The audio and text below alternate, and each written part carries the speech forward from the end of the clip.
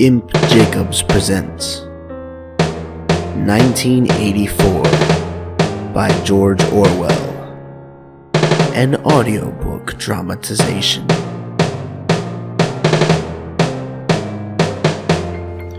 Starring Imp Jacobs as Winston Smith, RenOverShares as Julia, Halvtand as O'Brien, Chase Kirby as Syme, Russell Smith as Mr. Parsons, Millz A as Mrs. Parsons, and Kenny as Mr. Charrington and Ampleforth.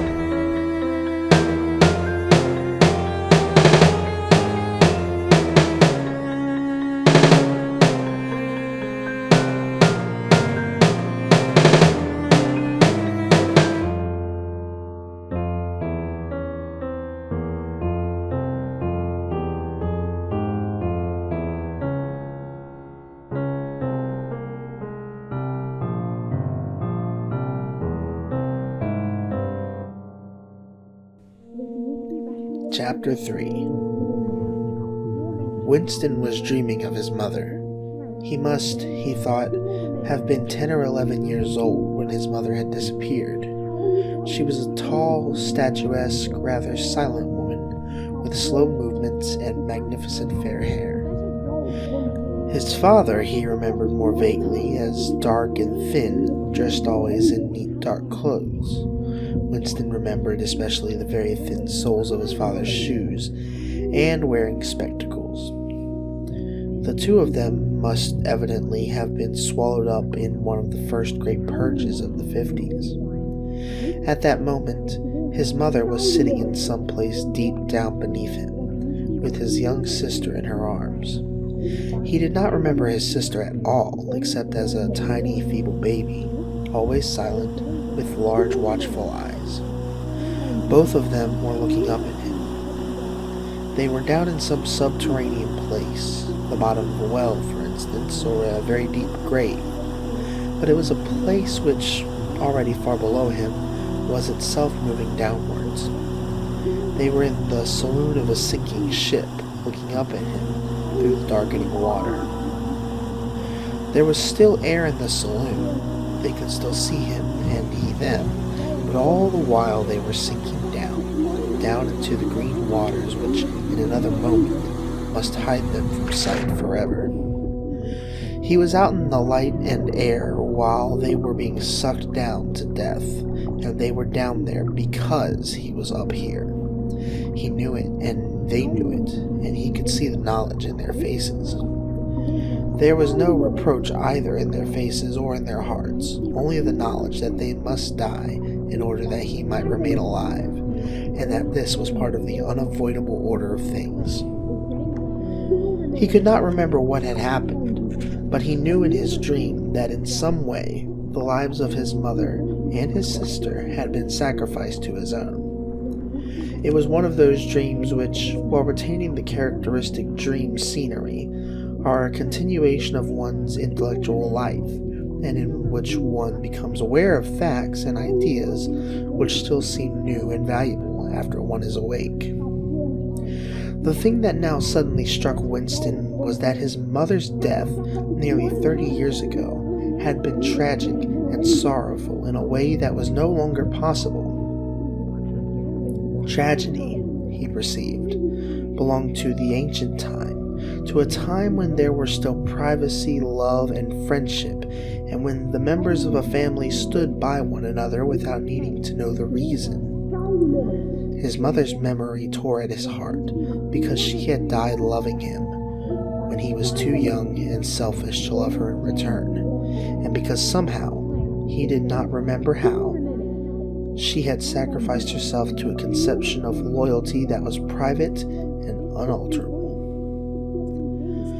Such things, he saw, could not happen today. Today there were fear, hatred, and pain, but no dignity of emotion, or deep or complex sorrows. All this he seemed to see in the large eyes of his mother and his sister, looking up at him through the green water, hundreds of fathoms down, and still sinking. Suddenly, he was standing on a short, springy turf on a summer evening when the slanting rays of the sun gilded the ground. The landscape that he was looking at recurred so often in his dreams that he was never fully certain whether or not he had seen it in the real world. In his waking thoughts, he called it the Golden Country. It was an old, rabbit-bitten pasture with a foot track wandering across it and a mole hole here and there. In the ragged hedge on the opposite side of the field, the boughs of the elm trees were swaying very faintly in the breeze, their leaves just stirring in dense masses like women's hair. Somewhere near at hand, though out of sight, there was a clear, slow-moving stream where dace were swimming in the pools under the willow trees. The girl with dark hair was coming towards him across the field.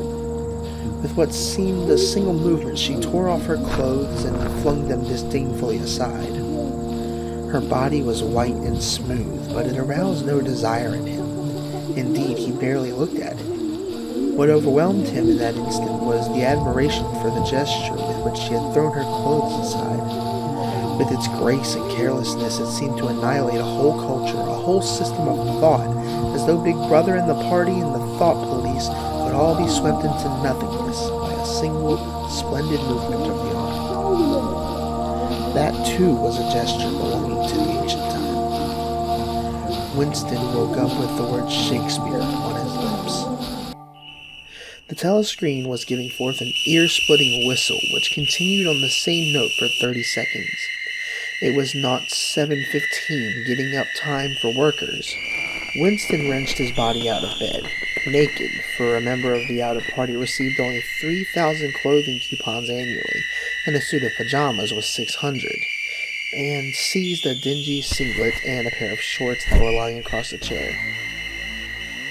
The physical jerks would begin in 3 minutes. The next moment he was doubled up by a violent coughing fit, which nearly always attacked him soon after waking up.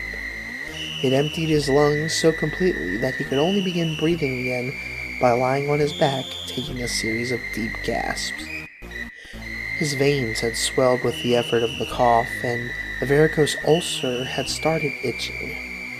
30 to 40 group, Yapped a piercing female voice.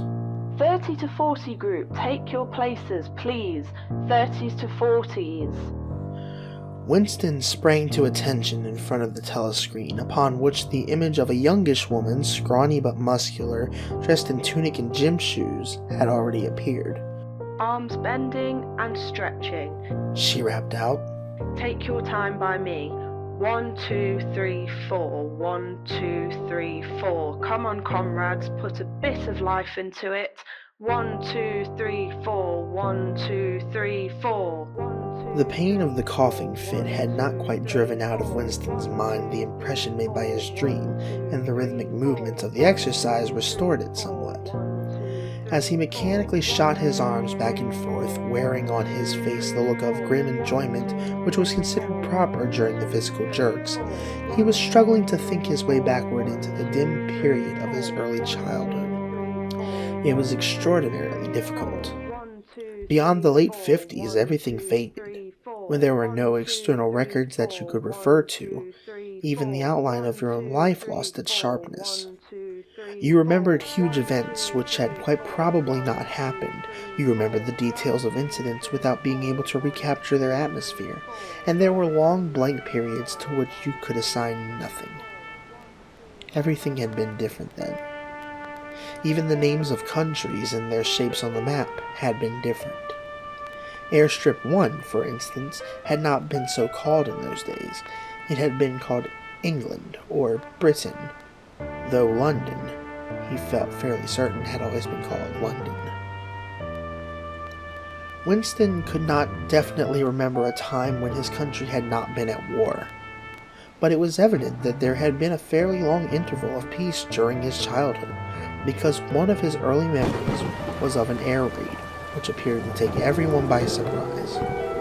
Perhaps it was the time when the atomic bomb had fallen on Colchester. He did not remember the raid itself, but he did remember his father's hand clutching his own as they hurried down. down into some place deep in the earth, round and round the spiral staircase which rang under his feet, and which finally so wearied his legs that he began whimpering, and they had to stop and rest.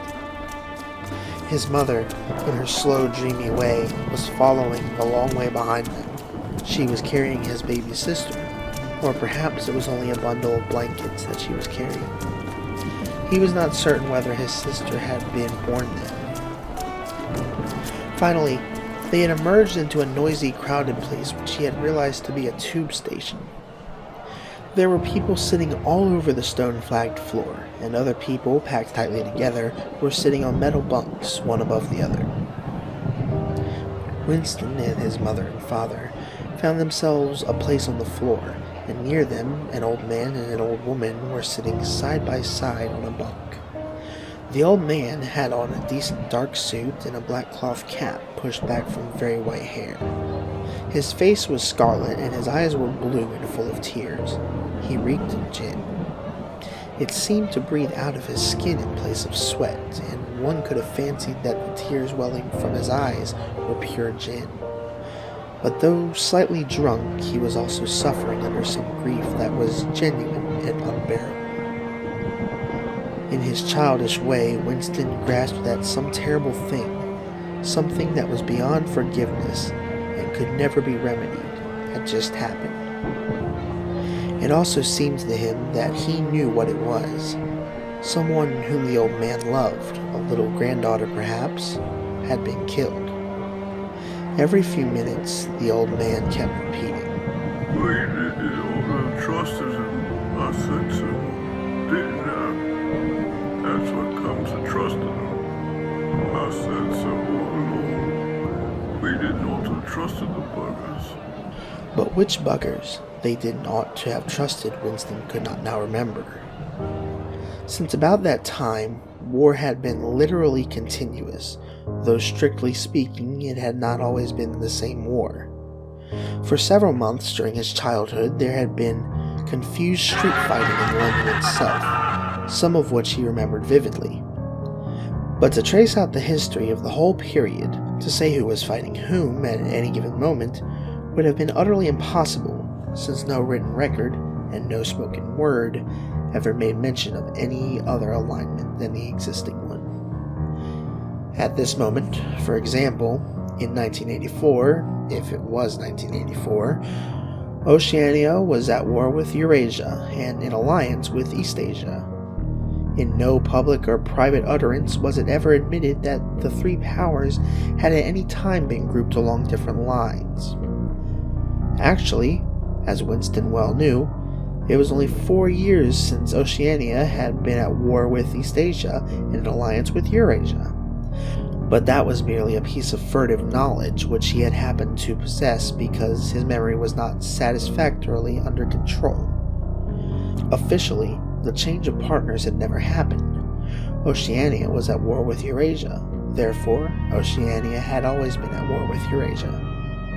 The enemy of the moment always represented absolute evil, and it followed that any past or future agreement with him was impossible. The frightening thing, he reflected for the 10,000th time as he'd forced his shoulders painfully backward with hands on hips. They were gyrating their bodies from the waist, an exercise that was supposed to be good for the back muscles. The frightening thing was that it might all be true. If the party could thrust its hand into the past and say of this or that event, it never happened, that, surely, was more terrifying than mere torture and death. The party said that Oceania had never been in alliance with Eurasia. He, Winston Smith, knew that Oceania had been in alliance with Eurasia as short a time as 4 years ago. But where did that knowledge exist? Only in his own consciousness, which in any case must soon be annihilated. And if all others accepted the lie which the party imposed, if all records told the same tale, then the lie passed into history and became truth. Who controls the past, ran the party's slogan, controls the future. Who controls the present, controls the past. And yet the past, though of its nature alterable, never had been altered. Whatever was true now was true from everlasting to everlasting. It was quite simple. All that was needed was an unending series of victories over your own memory. Reality control, they called it. In Newspeak, doublethink. Stand easy, Barked the instructress a little more genially. Winston sank his arms to his sides and slowly refilled his lungs with air. His mind slid away into the labyrinthine world of doublethink. To know and not to know. To be conscious of complete truthfulness while telling carefully constructed lies. To hold simultaneously two opinions which canceled out, knowing them to be contradictory and believing in both of them. To use logic against logic. To repudiate morality while laying claim to it. To believe that democracy was impossible and that the party was the guardian of democracy. To forget whatever it was necessary to forget, then to draw it back into memory again at the moment when it was needed, and then promptly to forget it again, and above all, to apply the same process to the process itself. That was the ultimate subtlety. Consciously to induce unconsciousness, and then, once again, to become unconscious of the act of hypnosis you had just performed. Even to understand the word doublethink involved the use of doublethink. The instructress had called them to attention again. and now let's see which of us can touch our toes. She said enthusiastically. Right over from the hips, please, comrades. 1, 2. 1, 2. Winston loathed this exercise, which sent shooting pains all the way from his heels to his buttocks and often ended by bringing on another coughing fit. The half-pleasant quality went out of his meditations. The past, he reflected, had not merely been altered, it had been actually destroyed. For how could you establish even the most obvious fact when there existed no record outside your own memory? He tried to remember in what year he had first heard mention of Big Brother. He thought it must have been at some time in the 60s, but it was impossible to be certain. In the party histories, of course, Big Brother figured as the leader and guardian of the revolution since its very earliest days. His exploits had been gradually pushed backwards in time until already they extended into the fabulous world of the 40s and the 30s, when the capitalists in their strange cylindrical hats still rode through the streets of London in great gleaming motor cars or horse carriages with glass sides. There was no knowing how much of this legend was true and how much invented. Winston could not even remember at what date the party itself had come into existence. He did not believe he had ever heard the word inksoak before 1960, but it was possible that in its old speak form, English socialism, that is to say, it had been current earlier. Everything melted into mist. Sometimes, indeed, you could put your finger on a definite lie. It was not true, for example, as was claimed in the party history books, that the party had invented airplanes. He could remember airplanes since his earliest childhood, but you could prove nothing. There was never any evidence. Just once in his whole life he had held in his hands unmistakable documentary proof of the falsification of a historical fact. And on that occasion, Smith! Screamed the shrewish voice from the telescreen. 6079 Smith W. Yes, you. Bend lower, please. You can do better than that. You're not trying. Lower, please. That's better, comrades. Now, stand at ease. The whole squad, and watch me. A sudden hot sweat had broken out all over Winston's body. His face remained completely inscrutable. Never show dismay. Never show resentment. A single flicker of the eyes could give you away. He stood watching while the instructress raised her arms above her head and, one could not say gracefully, but with remarkable neatness and efficiency, bent over and tucked the first joint of her fingers under her toes. There, comrades. That's how I want to see you doing it. Watch me again. I'm 39 and I've had 4 children. Now look. She bent over again. You see, my knees aren't bent. You can all do it if you want to. She added as she straightened herself up. Anyone under 45 is perfectly capable of touching his toes. We don't all have the privilege of fighting in the front line, but at least we can all keep fit. Remember our boys on the Malabar front, and the sailors in the floating fortresses. Just think what they have to put up with. Now, try again. That's better, comrade. That's much better. She added encouragingly as Winston, with a violent lunge, succeeded in touching his toes with knees unbent for the first time in several years. End of chapter 3.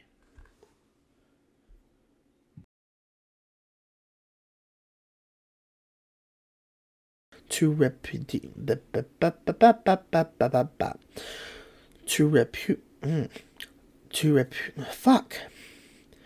repudiate morality while laying claim to it.